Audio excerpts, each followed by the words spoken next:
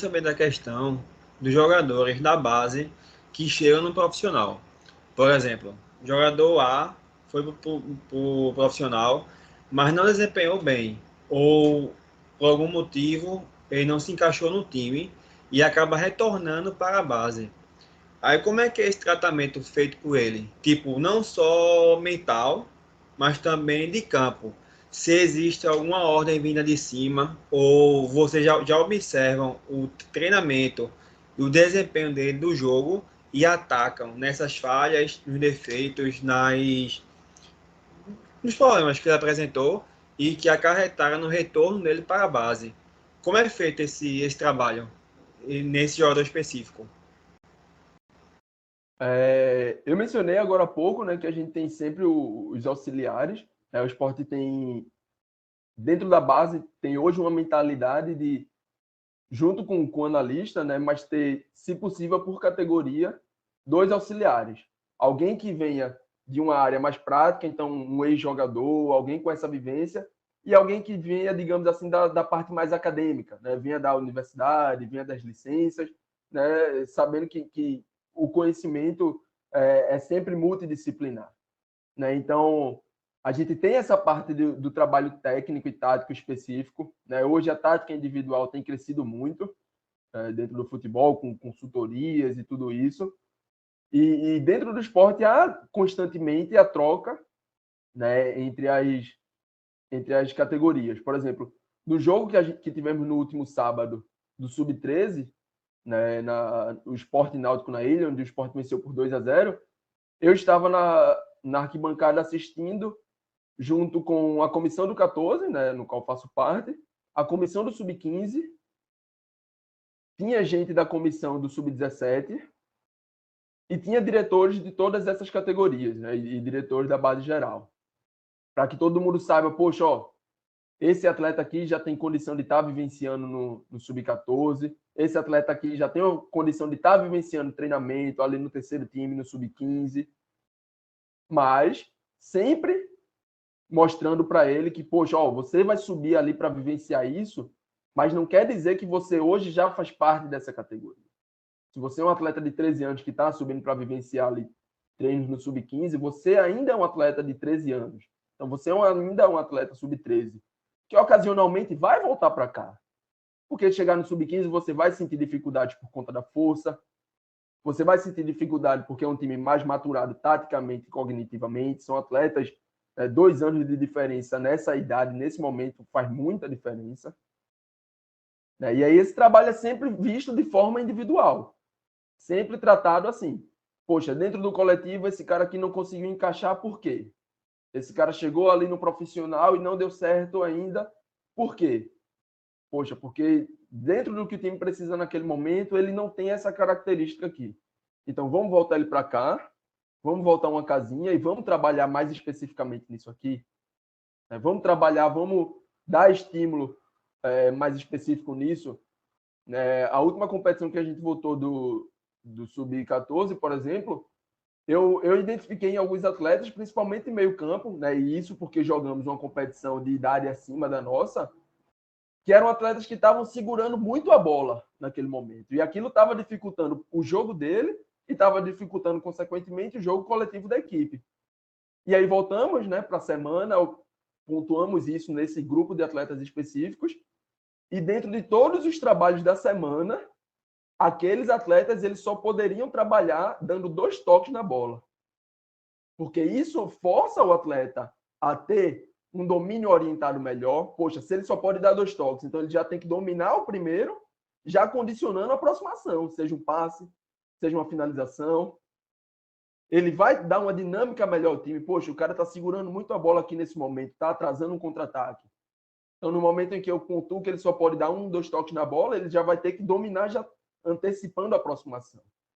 Vai fazer com que aquele atleta evolua tecnicamente, vai fazer com que esse atleta evolua cognitivamente, porque ele vai demandar dele uma tomada de ação, uma tomada de decisão mais rápida e uma execução de ação mais rápida.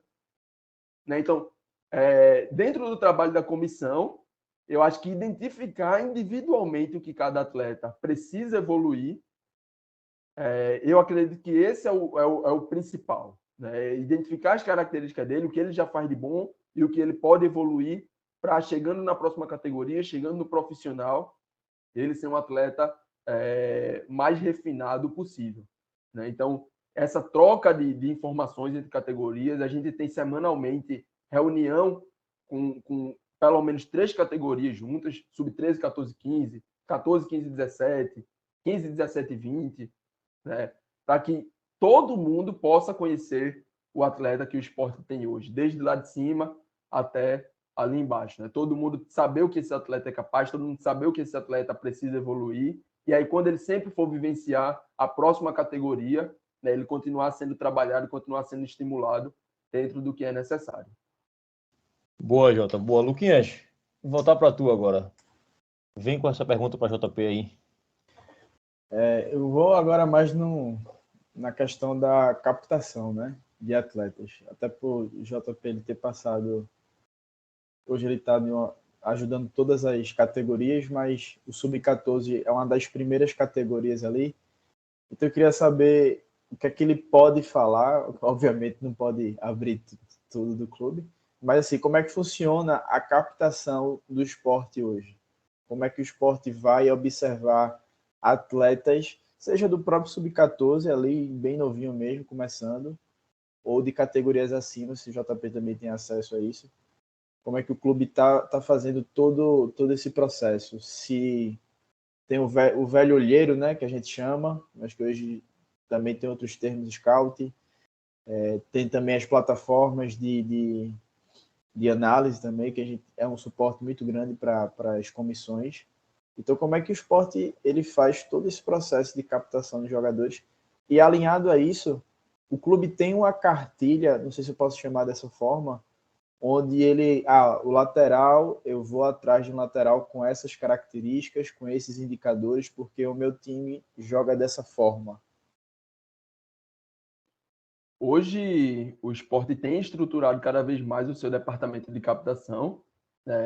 A gente tem hoje Thiago Paz como diretor de captação, um diretor voltado para essa área. E o esporte tem contratado captadores de forma mais específica, né? Então, temos alguns rodando o nosso estado, né? Rodando competições aí pelo Nordeste como um todo, né? Recentemente estivemos na Bahia, em Alagoas, né?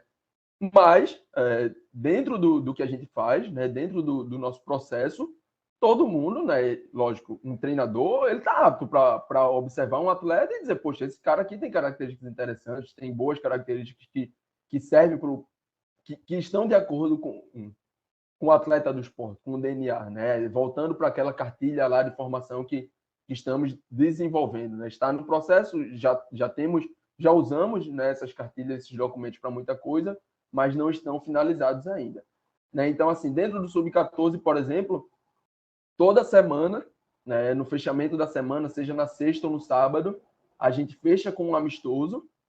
E aí, dentro desse amistoso, a gente sempre busca amistoso com uma categoria acima da nossa, né? Somos uma categoria sub-14 2008, atletas nascidos em 2008.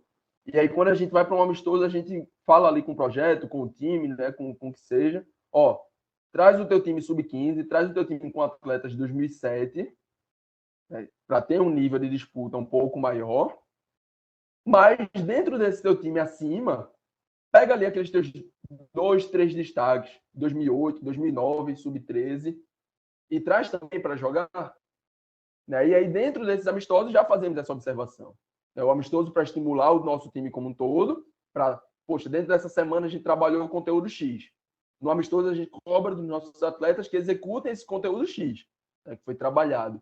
E, ao mesmo tempo, vamos observando, né, ali dentro dos adversários, também, né, nessa lógica onde eu falei dos projetos, né, das escolinhas trazendo seus destaques, né, atletas que possam estar de acordo com o DNA, com o perfil do esporte. E aí, a partir do momento em que gostamos, que pontuamos, que observamos ali características interessantes, né, fazemos um contato com o projeto, né, com o responsável pelo projeto, com o atleta, e aí fazemos o convite, né, para o mesmo caso deseje, e aí, logicamente, todo mundo quer estar no esporte, né, vir vivenciar uma semana de avaliação com a gente. O atleta vem para ser avaliado, né, vem para vivenciar dentro de um nível técnico, né, de um nível de exigência mais alto, e caso consiga responder, né, dentro do processo do alto rendimento, do alto desempenho, caso consiga responder, aí sim ele é convidado, né, de fato, a assinar com o esporte, de fato virar um atleta do esporte.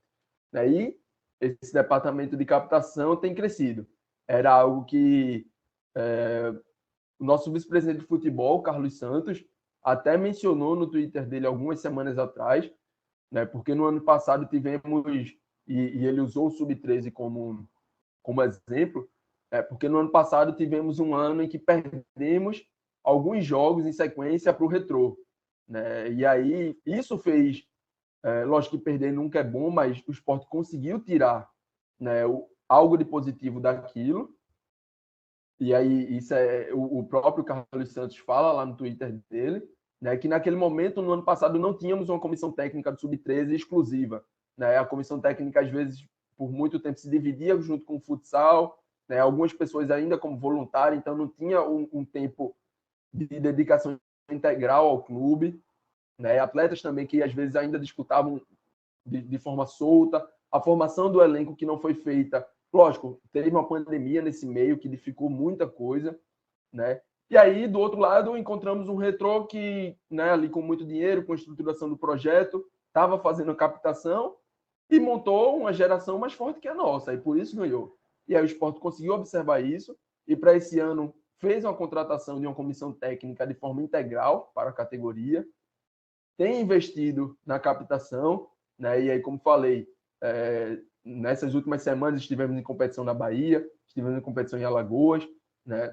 E dentro dessa competição em Alagoas, só para o Sub-14, 3 atletas foram monitorados e vão chegar ao longo dessa semana, né, para serem avaliados. Na Bahia também fizemos parceria com projetos de lá, onde vão estar mandando atletas, né, que foram observados e pontuados, né, para avaliação. E vai funcionando dessa forma. Né? Aos poucos, eu vinha conversando que em muitos momentos, muitos atletas saíam aqui do Nordeste, e lógico, como o maior do Nordeste, eu acho que o esporte tem que ser a prioridade. Né? Poxa, se tem um cara se destacando no Nordeste, é a nossa casa, velho. Então, o esporte tem que conhecer esse cara, tem que tentar, pelo menos, buscar esse cara. E em muitos momentos, muitos jogadores saíam de dentro do nosso quintal sem que a gente nem conhecesse esse cara. E aí, poxa, lógico que tinha coisa errada nisso. Lógico que isso estava errado. Hoje, alguns atletas, né, continuam saindo, mas a gente já são atletas que estão sob o nosso radar. Poxa, lógico que no momento em que a gente tenta trazer, mas um Palmeiras entra na jogada e oferece 5 vezes mais de salário, né, esse cara não tem impossível. Como... Isso, não tem ainda como competir. Mas cada vez mais a gente está conseguindo antecipar essas situações. E aí, no momento em que a gente consegue antecipar, aí sim a gente vai conseguir ter, né, a preferência, digamos assim, de ter os melhores atletas da nossa região. E aí, com toda essa estruturação do Departamento de Captação do Esporte, sob a coordenação de Thiago Paes, isso aí tem acontecido e tem melhorado. E podem ter certeza que em breve, né, a gente vai estar elevando cada vez mais o nível dos atletas que vão estar chegando para vestir a camisa do esporte.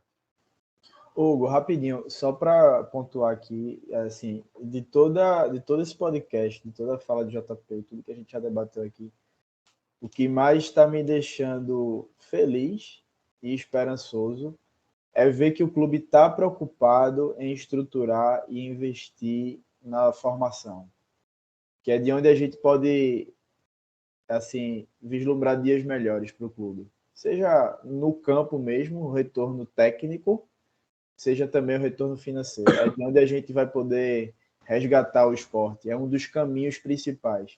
Então é muito importante que essa mentalidade no esporte hoje, ela realmente exista. E pela fala de JP aqui, trazendo o dia a dia do clube, o que o clube vem fazendo, eu acho que essa mentalidade realmente, não sei se da gestão de Milton para cá, ou se já nessa, não sei, mas vem mudando, e mudando para melhor.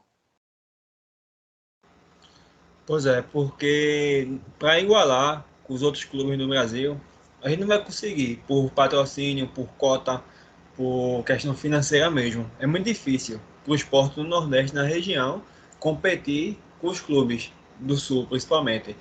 Aí a saída que o esporte tem é essa: é investir na base, estruturar a base, para poder tirar os jogadores para serem do time profissional e também vender. Esse é um caminho que o esporte tem que pavimentar, tem que estruturar e tem que deixar, como o JP falou no começo, é um trabalho que está sendo feito e vai chegar a eleição no final do ano, se for Carreira, Romão, quem quer que seja, vai ter que manter a estrutura feita. Porque isso não é da gestão de A, nem da gestão de B. Isso é do clube, isso é do esporte. Essa estruturação que está sendo feita tem que ser mantida, porque esse é o futuro do clube. Pois é. E esse ano de 2022 é muita prova disso, assim. O Sport hoje só está conseguindo pagar em dia, manteve tudo direitinho, as contas, pelo menos até onde a gente sabe, pagando em dia, porque de vez em quando aparece uma surpresa, né? O cara diz que paga em dia, 3 anos depois estoura a conta, mas até onde a gente sabe, tá tudo em dia, tudo direitinho, muito se deve a Gustavo e Mikael, né? Assim, os caras que venderam, a gente conseguiu inscrever jogador porque pagou o CNRD, essa confusão toda pela venda dos meninos. Que entristece, obviamente, no sentido de você perder um cara que podia estar ajudando em campo. Você vendeu o cara e aquele dinheiro você não conseguiu reinvestir todo no clube, porque teve que pagar a dívida. Mas enfim, o clube hoje só consegue andar um pouquinho porque vendeu. Senão, só Deus sabe onde o Leozinho tá. Fernando, voltar para tu. Faz alguma pergunta para o JP? Queres comentar alguma coisa? João, existe. Quero mais saber, né? Se existe um número de jogos ou minutos ideal para cada jovem ascender ao elenco profissional, porque eu lembro que nessa temporada, acho que é o sub-20, vai jogar o Brasileirão de aspirantes, porque não tem calendário por conta de não poder jogar o Campeonato Brasileiro e a Copa do Brasil, porque perdeu a final para o Náutico, se não me falha a memória. Mas existe algum tipo de número de jogos? Só para. Antes de JP entrar rapidinho, essa pergunta de Fernanda é massa, que eu tenho essa coisa na minha cabeça, já cheguei a comentar com alguém algumas vezes. Em 2017, eu acho, Júnior Câmara. O Sport faz um jogo, aqueles calendários do Pernambucano, desgraçado. E o Sport joga domingo ou segunda-feira. E nessa segunda-feira era o Sport Salgueiro na ilha. E foi a base inteira pro jogo. Foram os meninos todos pro jogo. E quando a gente tava programando esse programa com o JP, eu fui atrás da escalação e vi a escalação daquele time. Eu vou citar rapidinho aqui: Maílson, Adrielson, Chico, David, Elias, João Vitor, Caio, Alisson, Fábio, Índio e Juninho. Então, desse time aqui, Maílson tá até hoje aí, Adrielson também, Chico também. Juninho tá jogando, acho que Bulgária, sei lá. Fábio jogou ontem contra o Santa, né? Na Jacuipense. Fábio que subiu profissional, foi pro Náutico. Juninho tá na segunda divisão da Bulgária. Elias é titular do Botafogo da Paraíba. Isso. Elias tá no Botafogo. Eu confesso que João Vitor e Caio, eu não sei qual foi o destino dos caras. Realmente não tenho recordação. Caio é o lateral esquerdo? Isso. Bola esquerda, né? Tá, se eu não me engano, no interior de São Paulo. Recentemente eu tava fazendo uns levantamentos e Caio tá no interior de São Paulo. Quem é que mais tinha? João Vitor, Alisson e Índio. João Vitor. Esses eu não vou. Alisson é o meia. Eu acho que é o meia. Alisson é do Salgueiro. É o do Salgueiro. É o do Salgueiro. Araçoiaba. Araçoiaba. Isso, acho que é do Salgueiro, né? Vem de alguns pernambucanos aí. E os outros eu não consigo lembrar nesse momento. Índio parece que tá no Piauí, se não me falha a memória. E teve esse jogo. E o que me marcou muito nesse jogo foi a entrevista de Júnior Câmara após o jogo. E eu até cacei essa entrevista, consegui achar, vou ler rapidinho aqui entre aspas, eu abri aspas dele aqui, que foi perguntado a ele o quanto um jogo daquele vale para o menino da base. E ele diz: engrandece demais. Tem um artigo que diz que um jogo de qualidade equivale a 200 treinamentos. Um jogo de qualidade vale mais que 4 a 5 meses de treino. Nesse momento, eles, os jogadores, não são mais os mesmos que antes da partida. Cresceram 5 meses e 90 minutos. E isso me marcou muito. Eu fiz, porra, velho, bota fé, um pirraia desse aí, na época, sei lá, Adrielson devia ter 17, 18, um Chico, mesma coisa. Um menino desse jogar um jogo profissional, numa ilha, contra um Salgueiro, que não é primor de nada, tecnicamente. Mas enfim, é um jogo profissional, pô. A pressão é outra, 5 mil pessoas que estejam no pé do menino ali. O quanto um pirraia desse evolui em uma partida. Eu fui um atleta, obviamente, bem amador de basquete, mas me remeteu muito a isso, que eu lembro que a gente treinava um mês, é uma coisa. Porra, você faz um campeonatozinho de 2, 3 jogos, você cresce absurdamente, seu arremesso começa a cair direto, seu passe saía, porra, virei jogador de repente, me achava o cara da NBA. E eu queria juntar isso com a pergunta de Fernando, que foi nessa linha também, de quanto um menino precisa jogar, precisa treinar para evoluir. O quanto se comenta muito de que pô, tem que colocar a base para jogar, até o Paranaense faz isso e tal. Quanto isso é válido em termos mais práticos mesmo. Pô, pega um menino de 17, Vitor Gabriel, por exemplo, um menino que tinha 16 anos ano passado, subiu e jogou um jogo com o Corinthians, foi queimado e tal. Mas pega um boy desse, quanto vale a pena botar esse menino para jogar? Joga o Pernambucano aí, boy. 10 jogos. Ou se é melhor pegar um menino como o Paulinho, que muita gente pede hoje, e vamos botar para jogar, não. Vamos, esse menino precisa trabalhar mais isso. Vamos treinar mais. Mesmo que treine entre os profissionais, mas só treine. Como é que tu vê isso, Jota?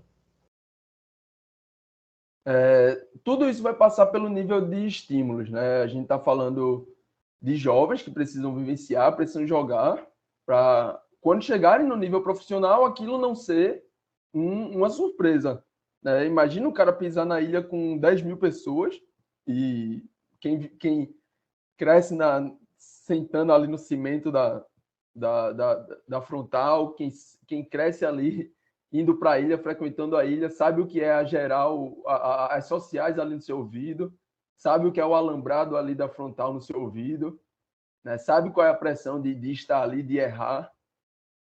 E para que esse menino não sinta, né, e chegue ali e tenha isso como uma surpresa, ele precisa, desde o mais cedo possível, vivenciar isso, né? Ele precisa passar por essas experiências. E aí eu não estou falando só de, poxa, pegar um menino com 15, 16, 17 anos e jogar no profissional, não. Eu estou falando desse menino vivenciar esses jogos. Eu estou falando dessa geração 2005, 2006 da gente, né? E aí, complementando e corrigindo um pouco a informação de Fernando, o Brasileirão, né? Nós temos duas competições oficiais, né, de base, que é o Brasileirão e Copa do Brasil, né, sub-20, sub-17.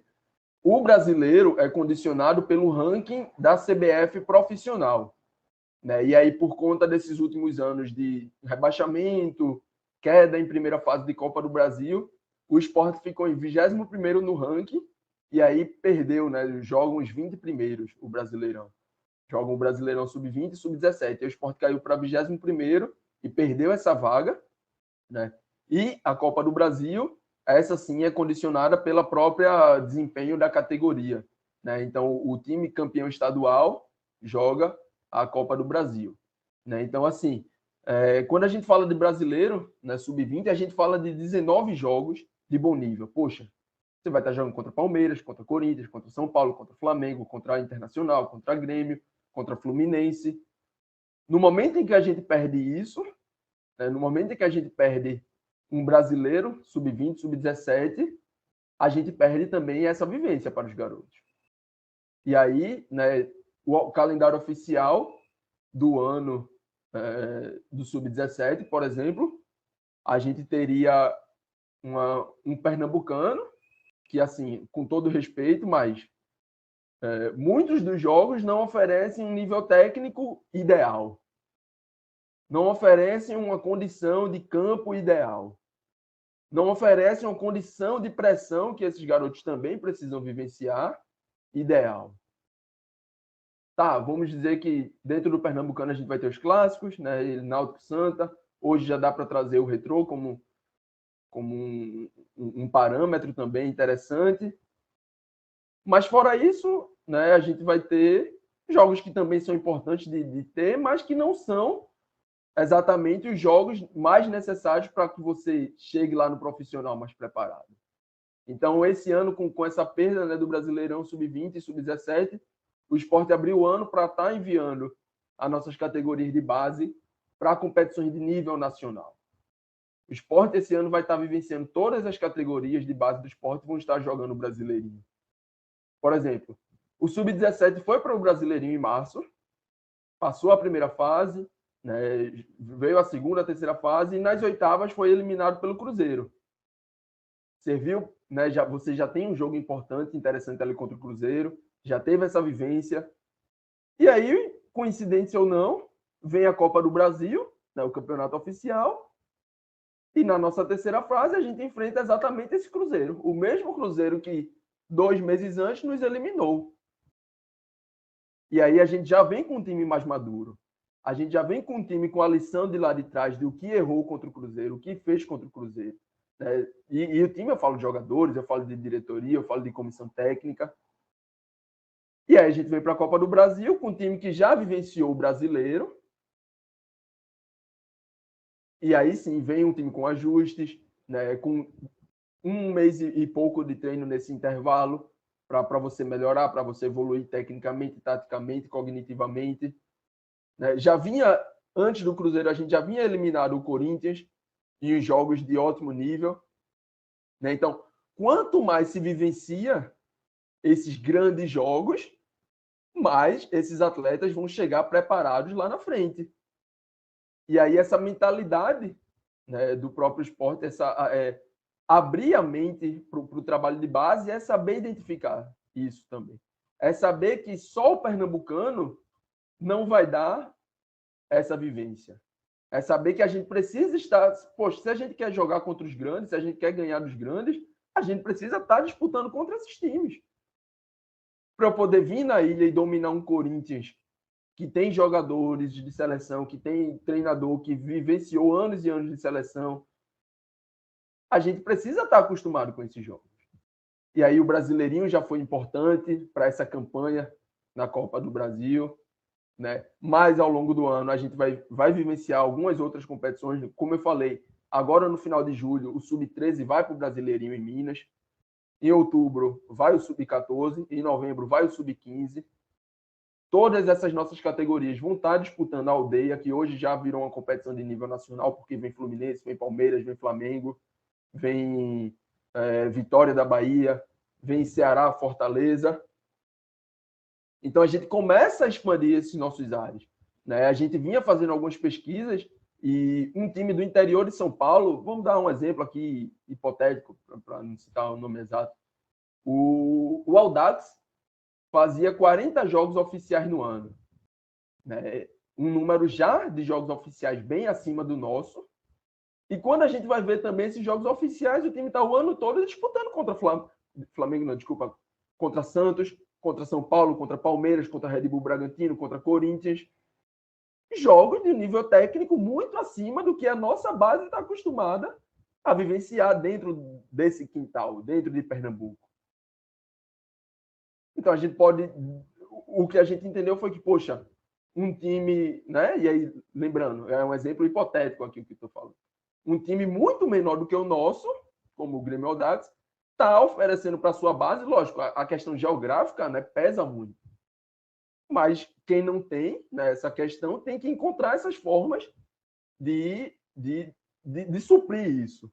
Né? E aí, enviar para competições de nível nacional é uma forma dessa, né, de buscar vivenciar, pelo menos no ano, esses 20 grandes jogos que perdemos do brasileiro. Né? Poxa, a gente vai ter que investir um pouco mais, porque a gente vai ter que mandar esse time mais para fora por conta própria. A gente não vai estar vivenciando essa competição que tem um suporte, que tem um auxílio da CBF. O que é que a gente vai fazer? Poxa, perdemos aqui o brasileiro. A gente vai passar um ano parado, praticamente, só disputando aqui, ou a gente vai tentar tirar ali, né, das finanças apertadas, mas saber que vai tirar para fazer um investimento. Esse meu atleta vai chegar mais pronto lá na frente. Esse ano, na Copa São Paulo, né, foi até algo que gerou um pouco de polêmica, porque o profissional puxou alguns atletas, mas no momento que isso aconteceu, poxa, qual é o objetivo na minha base? Não é colocar esses jogadores no profissional? Né? Naquele momento se questionou muito de que o Sport não estaria indo com seus atletas mais velhos, né, para a Copa São Paulo. Mas, poxa, esses atletas mais velhos estariam vivenciando ali o dia a dia do profissional. A gente, no começo do ano, ali teve alguns atletas disputando Copa do Brasil, Copa do Nordeste, Pernambucano. E aí, na Copa São Paulo, a gente foi com muitos atletas 2004 que ainda tinham idade de sub-17. Poxa, a gente não cobra que esses caras tenham grandes jogos?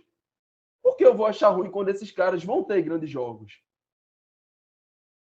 E aí, dentro do sub-14, a gente disputou competições sub-15. O sub-15 disputou competições sub-17. O sub-17 disputou competições sub-20.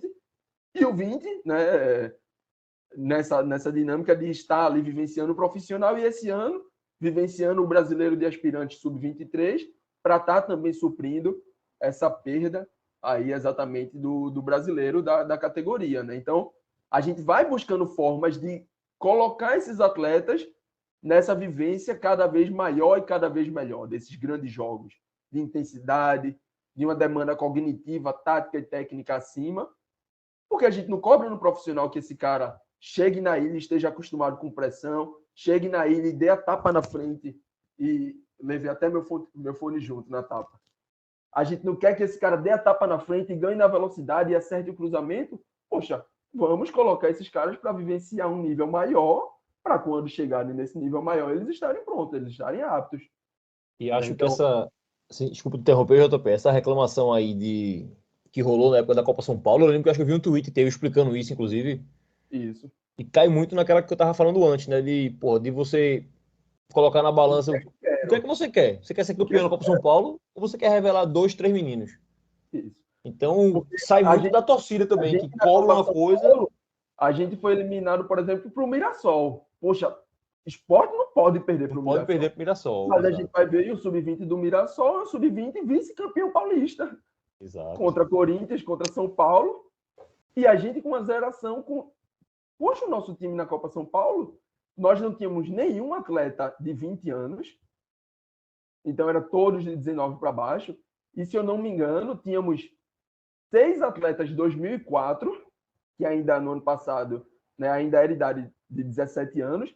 E tínhamos Charles Eduardo, que é um atleta 2005, que tinha... Veja, levamos Charles Eduardo para a Copinha com 16 anos e foi titular em alguns jogos.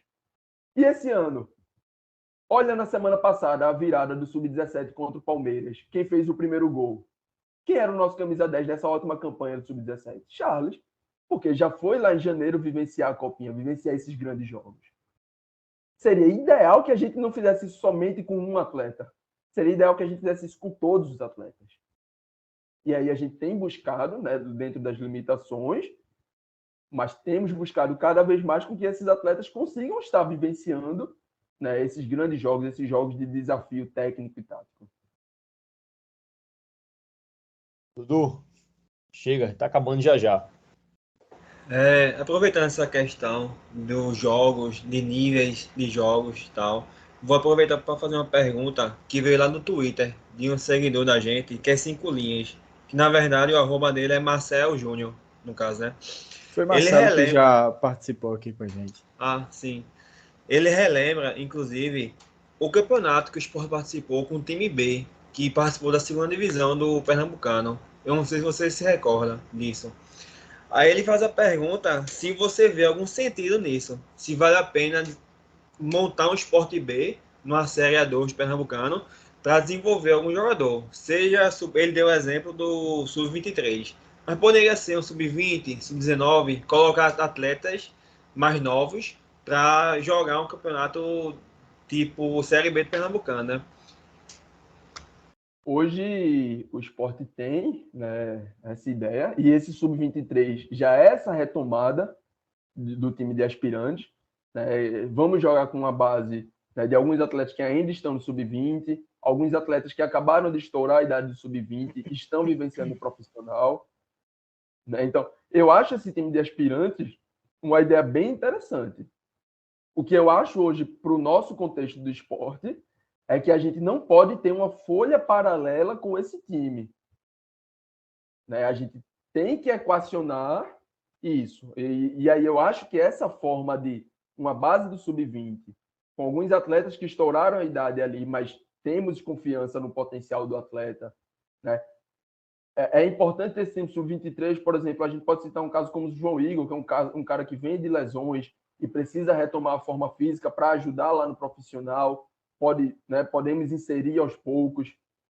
Né? Então, eu acho que esse time B, esse time de aspirantes, tem que ser utilizado de uma forma mais inteligente possível, e aí acho que o que estamos, né, buscando fazer esse ano, eu acho que chega o mais próximo disso, né? E além disso, o Sport tem essa ideia de, assim como já tem o Sub-14, que é uma categoria que podemos chamar assim de não oficial, né, porque os campeonatos são 13, 15, 17, o Sport tem a ideia de cada vez mais criar novas categorias para que a gente possa reter cada vez mais talento, possa fazer cada vez mais trabalhos específicos. Poxa, imagina se eu tenho também um Sub-16, com comissão específica, trabalhando especificamente no dia a dia aqueles garotos e munindo o Sub-17, que o Sub-17 vai estar munindo um Sub-19 ou 20, que o Sub-20 vai estar munindo o profissional juntamente com esse projeto do aspirante. Né? Dentro desse projeto, esse time que jogou a Série A2, acho que foi 2018, se eu não estou enganado, a gente tinha alguns nomes e dentro desse nome a gente vem debatendo um dos destaques da Série C, hoje do Brasileirão, é Marlon, está jogando pelo Paysandu. Olha lá a escalação daquele time, Marlon passou por aquele time. Neto Moura, que hoje, na minha visão, é o melhor jogador da Série B, jogando muito e encantando a torcida do Cruzeiro. É um cara que todo mundo já via muita qualidade, mas demorou a engrenar, né, por conta de uma questão maturacional. Né? Você não tem uma conta exata, são pessoas, então cada um vai ter o seu tempo, cada um vai ter sua fase. Né? Neto Moura é um cara que todo mundo já via que jogava muita bola, mas por N motivos ainda não vinha alcançando seu patamar. E às vezes a gente tem uma expectativa, né, que não condiz, às vezes, com um menino de 20 anos, de 21 anos. Às vezes a gente quer que esse cara carregue o time e às vezes não. Às vezes ele vai ser uma pecinha na engrenagem para que lá, quando ele tiver 24, 25, aí sim talvez ele venha a ser o craque, o melhor. Né? Então, acho que cada vez mais a gente tem que saber utilizar todas as divisões, todos os times possíveis, comissões técnicas qualificadas e trabalhando diariamente para o esporte, trabalhando, né, poxa, o 17 dá o treino e acompanha o sub-20 e acompanha o 15 também, para já saber a geração que vai vir no ano que vem. Esses amistosos, né, que fazemos no dia a dia, poxa, o sub-14 titular contra o sub-15 reserva. Porque se eu tenho hoje aqui um garoto no sub-14 que já está desempenhando melhor do que o do 15, sendo mais novo, então possivelmente o cara mais novo tem um teto maior. Então talvez para o esporte como clube vale a pena trabalhar mais esse cara mais novo. Porque ele ainda vai maturar, né, e pode atingir. Lógico, isso tudo é um campo muito teórico. Né? A gente tem que analisar sempre situação por situação. Mas no momento em que temos dois jogadores nivelados e um é mais novo, a lógica, né, indica que o mais novo, ali na frente, pode estar no nível melhor. Então, ter essa integração entre categorias, entre comissões técnicas, né, entre projetos, sempre que a gente tem um jogo grande de um desses times, poxa, Copa do Brasil Sub-17, todos os treinos nós fazíamos um pouco mais cedo, né, nos dias, poxa, o jogo vai ser na quarta, mas o treino do Sub-14 na quarta é às 3 horas. Vamos fazer um pouquinho mais cedo? Para a gente fazer esse treino e liberar os garotos para irem acompanhar lá o jogo do Sub-17, para eles entenderem o que eles vão estar vivenciando daqui a 2, 3 anos também. Então, todo esse trabalho tem que ser muito integrado, tem que ser muito em conjunto. Não, poxa, aqui é a comissão do 15, do 14, do 17, do 13. Não, aqui é o esporte. Essa comissão aqui que está trabalhando, eu acho incrível quando a gente tem um Dedezinho, que o esporte recentemente assinou um contrato profissional, que chegou no esporte com 8 anos de idade no futsal. E passou pelo futsal, passou pela escolinha, né, e chegou na base e hoje está assinando um contrato profissional. Então, assim, eu acho que esse é o mundo ideal. Eu acho que todo mundo gosta de ver isso. O cara que está identificado, o cara que está vivenciando aquilo, cara que a família comprou o projeto, é um cara que comprou o próprio projeto. No dia que esse cara estrear no profissional e estiver jogando bola lá no profissional, vai ser o dia mais feliz da minha vida. Porque é todo um trabalho desde lá de trás, né, de muita gente envolvida, que deu certo. E às vezes esse cara não dá certo, por exemplo, o próprio Marlon, que hoje é artilheiro da Série C. Poxa, a gente mostra que foi um trabalho bem feito. A gente mostra, poxa, talvez a gente não aproveitou da melhor forma, né? Se a gente tivesse, sei lá, tido um pouco mais de paciência, esse cara podia estar estourando aqui, mas também são contextos, né? Da mesma forma que ele foi estourar em outro time, a gente já tem a captação em todas as categorias, né? E para isso que acontece a captação, é para isso que acontece o mercado, né? Muita gente ligada em tudo isso. Nem sempre o jogador vai estourar aqui, mas no momento que o jogador saiu daqui no esporte, né? A gente tem sempre início de ano, muita mudança, chega jogador novo, sai jogador e o cara vai para o Náutico ali, saiu do esporte, foi para o Retrô, foi para o Santa. Eu não torço para que aquele cara pare de... Muito pelo contrário, pô. Aquele cara que trabalhou comigo no ano passado, mas numa mudança de categoria, ele não evoluiu como se imaginava e acabou sendo dispensado. Eu torço que, mesmo que num time rival, num time adversário, aquele atleta alcance um bom nível de futebol. Porque a gente está formando, como falamos, não só jogadores, estamos formando pessoas. E no momento que a gente consegue ver, poxa, um menino que chegou ali, veio de baixo, e você sabe a batalha que a família tinha, você sabe, né, as dificuldades que o menino tinha, e que esse menino alcança um patamar de ter um salário bom, um salário tranquilo, um salário que vai dar um conforto para a família, um salário que vai poder comprar uma casa para a mãe. Isso mostra que o trabalho está sendo bem feito, porque você está formando pessoas, você está formando seres humanos.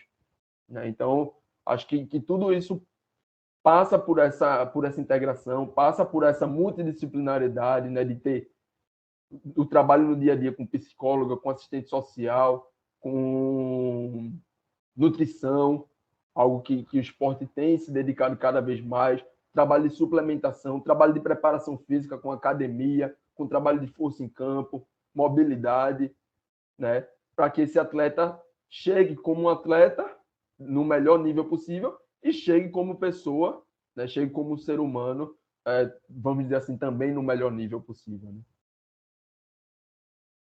Boa, boa. Luquinhas, estamos chegando no final.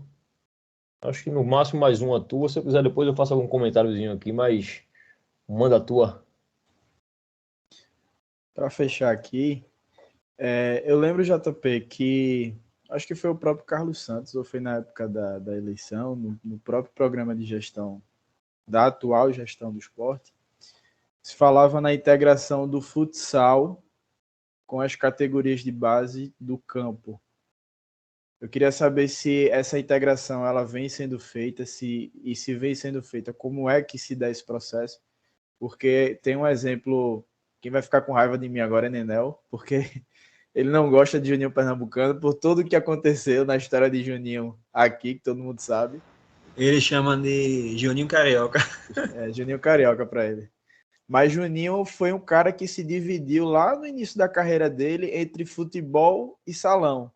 E a gente sabe que também tem tantos outros jogadores craques, Ronaldinho, Neymar, que também vieram do salão e isso ajudou muito na formação desses caras.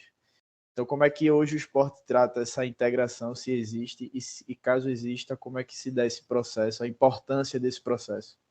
Luquinhas, só para complementar, eu acho que, na real, minha geração, pelo menos, assim, os grandes craques todos vieram do salão, velho, assim. Os dois Ronaldinhos, Alex. Isso. No Vasco, Pedrinho e Felipe vieram do salão. Então, os caras, pelo menos, os mais habilidosos. Djalminha, eu acho que veio do salão. Então, os caras mais habilidosos, pelo menos, todos vieram da bola pesada. É impressionante como o salão influenciou, pelo menos, a geração. Não sei como é hoje, mas aquela geração. E que eu acho, assim, pelo menos para mim, né? Eu posso estar numa outra bolha, mas eu não vejo o salão sendo tão valorizado no nosso país e que é tão importante para a formação de um jogador. O esporte tem sim essa integração. Pernambuco, como um todo, é um estado muito forte no futsal nacional, né? Pode dizer assim. Então, o esporte, sendo um dos principais clubes, tem essa integração. O Sub-14, inclusive, é uma categoria criada pensando nessa integração com o futsal, né, exatamente para a gente poder trabalhar, porque às vezes a gente tinha um atleta muito talentoso no futsal, mas que já vinha batendo ali 15, 16 anos, e você ia para o campo, ia já nas categorias mais acima, e o cara, poxa, tem uma adaptação, não é caldo de cana que você coloca de um lado e sai do outro, negócio pronto, né? Você tem que ter um período de trabalho, e aí às vezes eu ia para uma categoria mais acima e não conseguia adaptar tão rápido, e, poxa, era dispensado, não ficava, saía, desistia. E hoje, né, com essas categorias de entrada, sub-13, até o próprio sub-11, que são atletas que já vivenciam 1 ou 2 vezes na semana o campo, né, e você vem no 13, onde você já treina em campo 4 vezes na semana, e mais 1 ou 2 ainda de futsal, né, e vem para o 15, onde você também continua, muitos atletas continuam disputando no futsal, né, então tem acontecido, eu mesmo tenho hoje, se não estivesse aqui, estaria lá no Santos Dumont acompanhando o jogo do nosso sub-13 no futsal, né? A gente tem atletas, eu cito, por exemplo, a dupla de zaga do nosso sub-13, né? Jeová e Guilherme Lira, e eu cheguei a comentar sobre eles no meu Twitter recentemente. É uma dupla de zaga que já joga no campo contra a sub-17. Esses caras jogam contra a sub-17. Eu falo porque eles treinam com a gente no 14 e a gente fez amistosos contra a sub-17 e a gente jogou um campeonato sub-16 onde Jeová esteve. Jeová, que é capitão do sub-13. E desempenhou. E não estou dizendo que jogou assim só porque entrou. Entrou e jogou bem. E esses caras vêm com um refinamento técnico, né, com um jogo mais apurado, aquela bolinha curta, aquela passada de pé por cima da bola, né, bem característica do futsal, todo mundo sabe do que eu estou falando.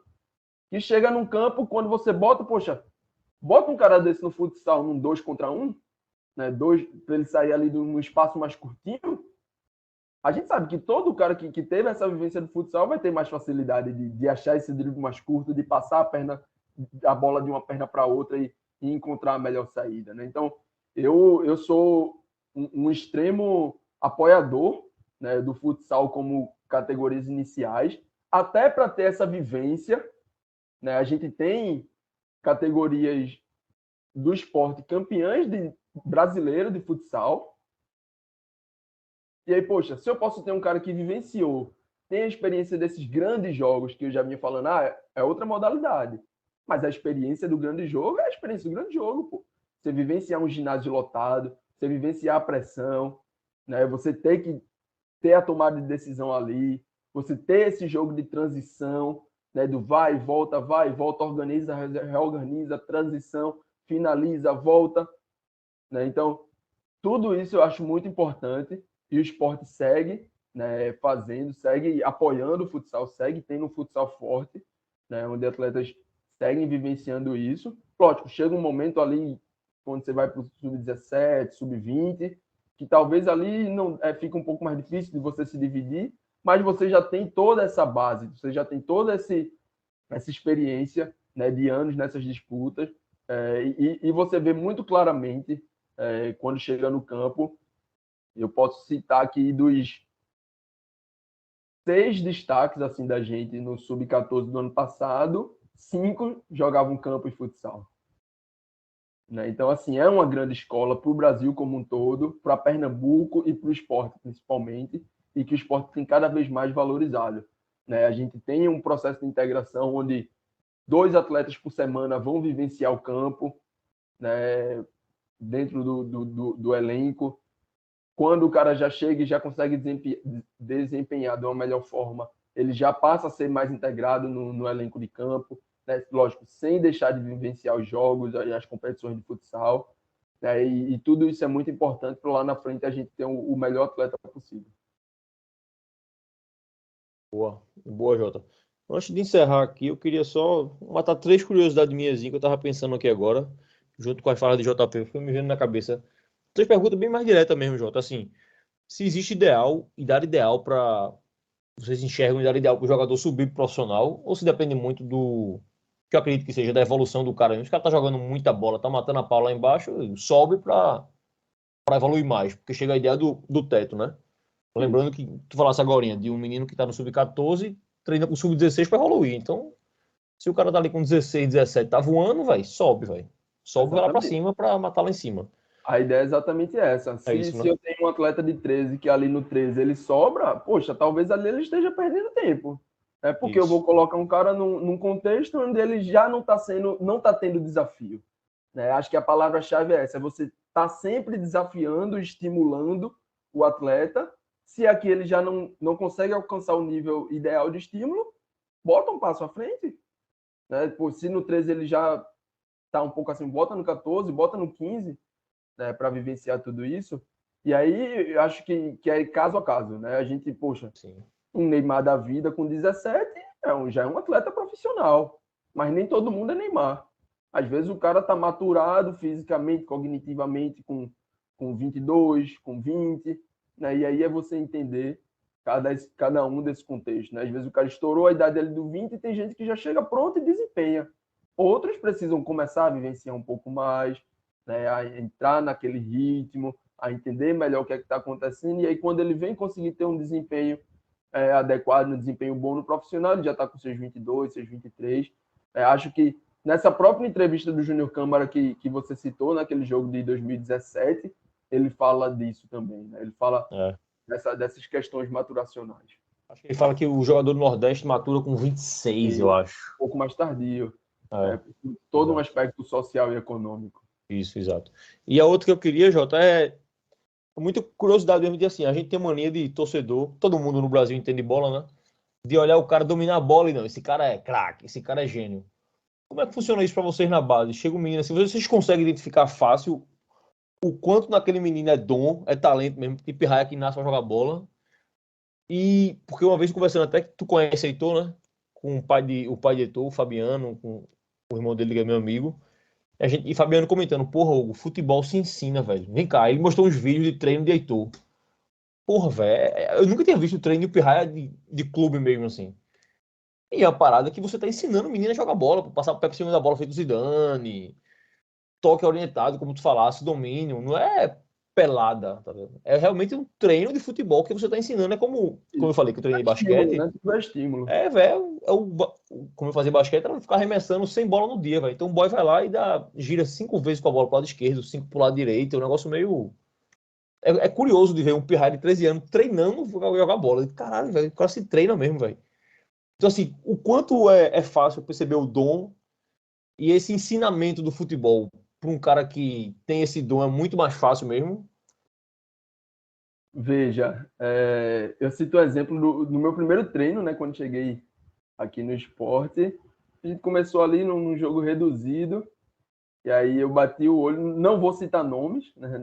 Nesse momento ainda não tem porquê, mas um dos garotos eu bati o olho e disse assim, rapaz, esse aqui eu gostei. E aí era o primeiro dia, a gente estava sendo apresentado e fomos para algumas conversas, outros membros da diretoria comentaram o mesmo, e aí na outra semana, conversando com outras pessoas que já acompanhavam aquele atleta há mais tempo, e o pessoal, não, esse atleta aqui sobe para treinar aqui com a gente já, porque já está em outro nível de maturação e outro nível técnico, né? Então, assim, dá sim para identificar, né? E quanto mais você trabalha, lógico, esse eu citei um caso específico de um que ali acho que dá para dizer que no primeiro toque, foi o primeiro toque daquele garoto ali já me encantou. Mas com o tempo você vai conseguindo identificar atletas que estão ali na mesma categoria, mas que estão em níveis diferentes. Às vezes um está mais maturado fisicamente e outro está mais maturado tecnicamente, né? Outro é mais maturado técnico, cognitivo, mas fisicamente ainda está um pouco abaixo. E aí você vê que esse cara, né, tem qualidade, tem uma tomada de decisão boa, mas quando vai para o jogo, ele não consegue executar e desempenhar bem isso porque sofre por ter menos força, né? Então, tudo isso você vai identificando e aí vai estimulando, né? Poxa, um atleta... Às vezes a gente tem atletas que você olha, você vê muita qualidade e você diz, poxa, ó, esse atleta está aqui no Sub-13, ele não vai jogar no Sub-13, ele não vai jogar no Sub-15 e ele vai continuar no elenco.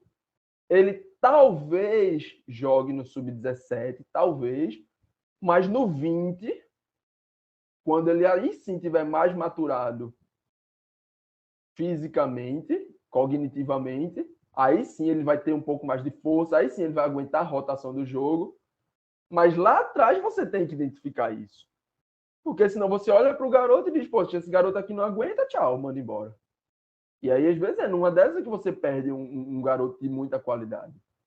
Né? E além de saber identificar, você tem a paciência de ser algo do clube, de o Sport vai trabalhar esse menino no sub-13, mesmo sem jogar, no sub-15, mesmo sem jogar, no sub-17, talvez jogando, para no 20, aí sim ele vai estar, ele, digamos assim, vai ser o cara do time. Né? Então, é muito disso de contexto, né? É muito da individualidade biológica. Né? A individualidade biológica é um dos princípios do treinamento. Né? E o que é? Saber que eu vou dar um treino coletivo, mas que cada um vai precisar de estímulos mais específicos do que outros. Né? Assim como eu falei, naquele momento em que, poxa, eu peguei um grupo de 3, 4 atletas e botei para trabalhar só com 2 toques, enquanto os outros estavam livres. Porque os outros já executavam esse domínio orientado, esse jogo a 1, 2 toques, de uma forma já mais adequada, e 4, 5 ali não. Então, vamos estimular esses 4, 5 a chegarem naquele nível adequado. Né? Então, é muito disso. Dá para você identificar, né? E aí vai muito do olhar de cada um, e acho que dentro do esporte temos diversos profissionais, né? Todos os profissionais capacitados para identificar isso aí no dia a dia. Boa, boa, valeu. Galera, Dudu, tem mais alguma coisa aí? Eu posso encerrar. Eu tenho uma curiosidade também. Quando você falou que tinha uma interação entre o futsal e o esporte, né, a base, existe uma interação também entre vocês da base com as escolinhas? Tipo, por exemplo, a escolinha está rolando, o tipo de treinamento que o professor vai exercer com os meninos tem alguma orientação de vocês de cima, da base, superior, não sei. E se no treinamento da escolinha tem alguém observando também, para ver se consegue tirar alguém da escolinha, um jogador da escolinha, e puxar para uma sub-14, 15, 13, enfim. Existe essa interação entre as categorias de base e a escolinha do esporte?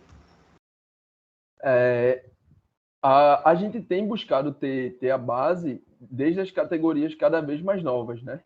Então, a gente já busca fazer essa integração, essa transição, futsal, escolinha, base, de cada vez mais cedo. Né? Então, dentro do que é a escolinha do esporte, a ideia é que cada vez mais ela também passe a estar integrada, né, com o trabalho que é feito na base.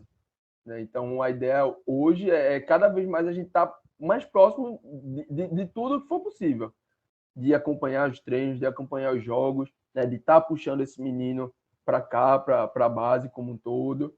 Né? A ideia é essa, a ideia é ter o acompanhamento do nosso quintal, e aí o quintal é partindo aqui Recife, para Pernambuco, para Nordeste, e aí, quem sabe, no futuro, Brasil, e a gente ter tudo isso mapeado, ter tudo isso sob o nosso conhecimento. Boa. Fernando, tem a última ou posso encerrar? Pode encerrar, foi uma aula bem dada pro João. Luquinhas, e aí? Não, por mim, por hoje é só. Até para o homem Liberar o ombro, descansar né? também. Vamos liberar o ombro, né? Então é isso, galera. Valeu demais, valeu demais. Jota, valeu demais, demais, demais mesmo. Eu Foi, que como o agradeço. Fernando falou aí, foi uma aula da porra pra gente. O torcedor ouvir, entender como é que funciona a base, saber que tem que ter calma com o atleta, não pode. O bom e velho queimar, não pode queimar o menino porque o menino subiu e errou um passe. Não pode ficar pedindo o menino só porque o profissional é ruim. Porra, pede o menino, pede o menino. Porra, às vezes o menino não tá pronto. Então, se botar o menino, às vezes é pior. Bota o menino, ele vai continuar jogando porra nenhuma e vai ser queimado no ativo do clube. O menino, às vezes, sente muito. Porra, tem aquela conchinha, né? Regride, não consegue mais sair. Como foi o exemplo de Neto Moura aí. Foi mais ou menos isso. Neto subiu, desempenhou bem, mas não conseguiu ser aquilo que se esperava dele, que eu acho que se esperava muito dele. Eu acho que o grande problema pode ter sido a expectativa em cima de Neto Moura. Agora achava que Neto Moura ia ser o Zidane. E é simplesmente Neto Moura, porra. É um bom jogador, mas é um Neto Moura, pô. Ele não é craque. Precisou sair, rodar pelo interior aí, maturar e, porra, explodiu com 25 anos no Cruzeiro, comendo a bola. Então acho que a turma tem que entender mais como funciona a base. É bom agora entender como funciona para poder cobrar certo. Porque a gente acaba atropelando essa fase de cobrar e é prejudicial apenas para o clube e para o jogador. Então não é bom para ninguém. Então valeu demais, Jota. Valeu demais mesmo. Obviamente as portas estão muito abertas. A gente vai te sugar mais um pouquinho outro dia, com certeza. Eu que E agradeço a oportunidade e para a torcida o que eu peço é isso, apoio, paciência, né? Saiba que tem um trabalho que está sendo feito, que está buscando cada vez mais ser melhorado, né? A gente tem consciência de que temos muita coisa a melhorar ainda, né? Ninguém está achando que chegou no nível mais alto, muito pelo contrário, todo dia a gente está brigando entre a gente mesmo, né? Com a nossa diretoria, com tudo mais, e que o torcedor olhe para a base, porque a gente costuma dizer que a base é o futuro do esporte, né? Mas acho que a gente já dá para dizer que a base é o presente, né? A gente teve Gustavo, Mikael, Maílson, Adrielson, hoje Juba, na minha visão, é o melhor do time nesse momento, na Série B. Então, a base é o presente desse time. a base é o presente e nesses exemplos que tu desse, a gente vê a diferença de idade, pô, esse de maturação. Gustavo maturou mais cedo, Mikael estourou com 22, pô.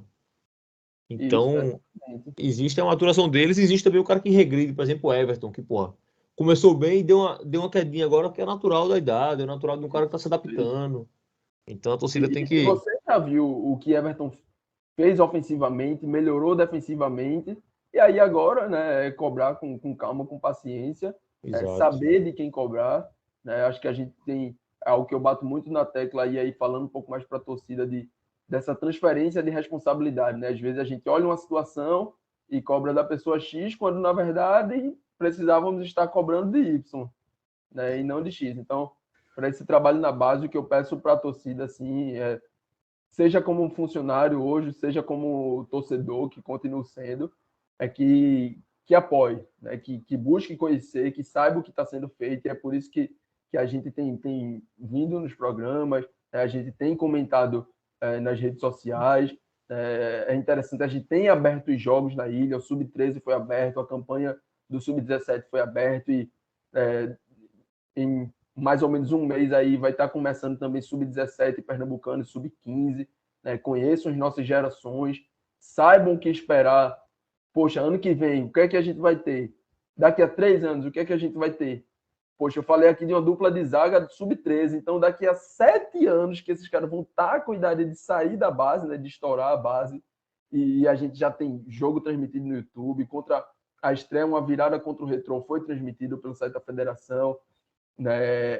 Esse segundo jogo, agora um clássico contra o Náutico de bom domínio do esporte, também foi transmitido ao alcance de todo mundo, né? O primeiro jogo eu não estive presente porque tinha ido para uma formatura, né, na noite anterior, e o jogo lá no Retrô, então tinha um número limitado de pessoas na comissão que poderia ir, então deixei a minha vaga ali com outra pessoa, mas 9 horas da manhã o despertador tocou ali, nem da cama levantei, celularzinho aqui, e assisti tudo, né? Sabia o que tinha acontecido, né? A gente saiu atrás e conseguiu uma grande virada, né? Com personalidade, com os dois zagueiros fazendo gol, né? A gente veio nesse jogo agora contra o Náutico, a gente teve um lateral esquerdo que muita gente veio comentar da atuação, o centroavante fazendo um gol de bate-pronto, que o Sport postou ali nas redes sociais para todo mundo ter acesso, né? Uma bola de primeira na área, que a gente tem dificuldade às vezes em ver isso